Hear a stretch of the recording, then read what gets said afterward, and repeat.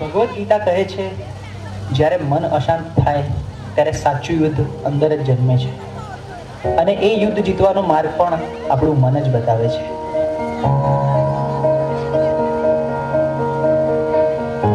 ચલો છોકરાઓ, આજે ચેપ્ટર 6 ની આપણે ટેસ્ટ કરીશું, બરોબર? ટેસ્ટ પેપર સ્ટાર્ટ કરીએ, બેસી જાઓ બધા. સાહેબ, મેં પ્રયત્ન તો બહુ કરે, પણ જેટલું વાંચું છું એટલું ભૂલાઈ જવાય છે. મારું ધ્યાન બેસતું જ નથી. અરે ધ્યાન બેસાડવું પડે બેટા, આ રીતે તો એક્ઝામમાં તકલીફ પડશે. મને ખબર છે, પણ સાહેબ તમે જેટલું કહો છો યાદ રાખ, થોડું ભણી લે, પણ મને અંદરથી એવું લાગે છે કે હું કંઈ જ નહીં કરી શકું. અરે શાંતિ રાખ, થોડો શ્વાસ લે, પાણી પી, બધું ઠીક થઈ જશે. આટલી બધી ચિંતા ના કરીશ તું. ના સાહેબ, બધું હાથમાંથી નીકળી રહ્યું છે. મને સમજાતું નથી મારી જોડે શું થઈ રહ્યું છે.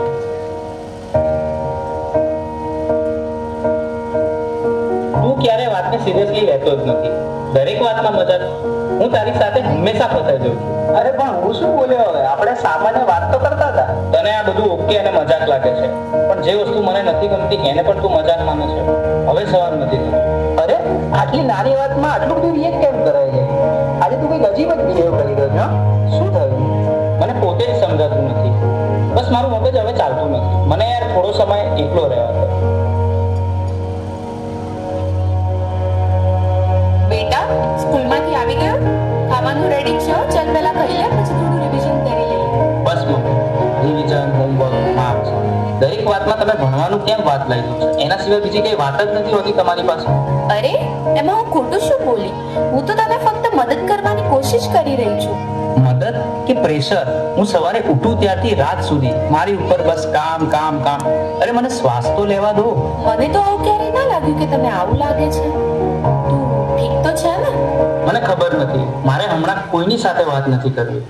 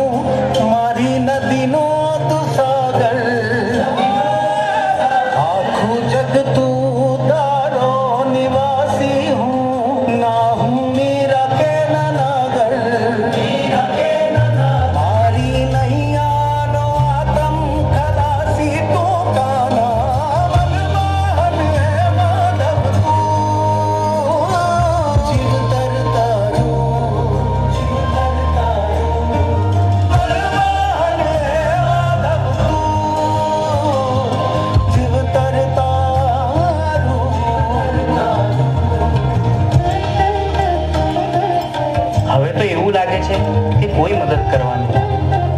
ભગવાન પણ નહીં. આ બધું હું એકલો જ ભોગવી રહ્યો છું, અને અંદરથી પણ તૂટી રહ્યો છું.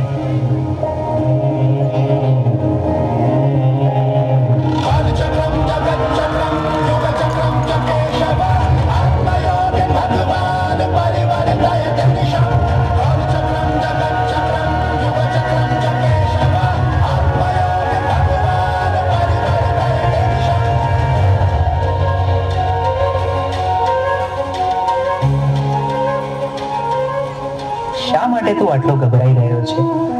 તારી સામે કોઈ દુશ્મન થોડી છે. તું માત્ર તારા મનથી થાકી ગયો છે. મને ખબર નથી હું શું કરું. મારી સાથે દર વખતે ખોટું કેમ થઈ રહ્યું છે? તારી સાથે ખોટું નથી થઈ રહ્યું. તું પરિસ્થિતિઓને ખોટી રીતે જોઈ રહ્યો છે. તું સમસ્યાઓથી ઘેરાયો નથી, તું જવાબદારીથી ભાગી રહ્યો છે. તો હું આ બધામાંથી બહાર કેવી રીતે આવું? 3 વસ્તુઓ જીવનમાં હંમેશા યાદ રાખજે. સત્ય બોલ, ભલે મુશ્કેલ લાગે. ધીરજ રાખ, કારણ કે ડર હંમેશા છેલ્લે ભાગી જશે. પોતાને દોષ ન દે. બદલાવ લાવવા તું પૂરતો છે. તારા અંદર જે પ્રકાશ છે એને જાગૃત કર. બાકી બધું પોતે જ ઠીક થવા લાગશે.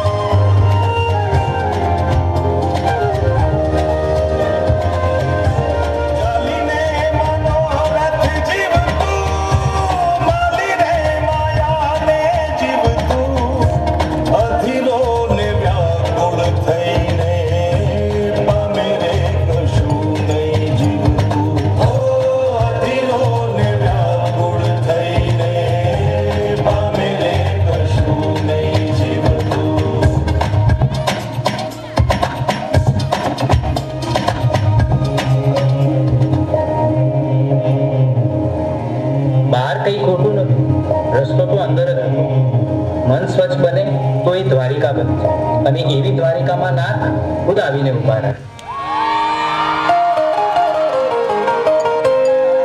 હે યશોદાનો લાલો મારો રાજા રણ છોડ છે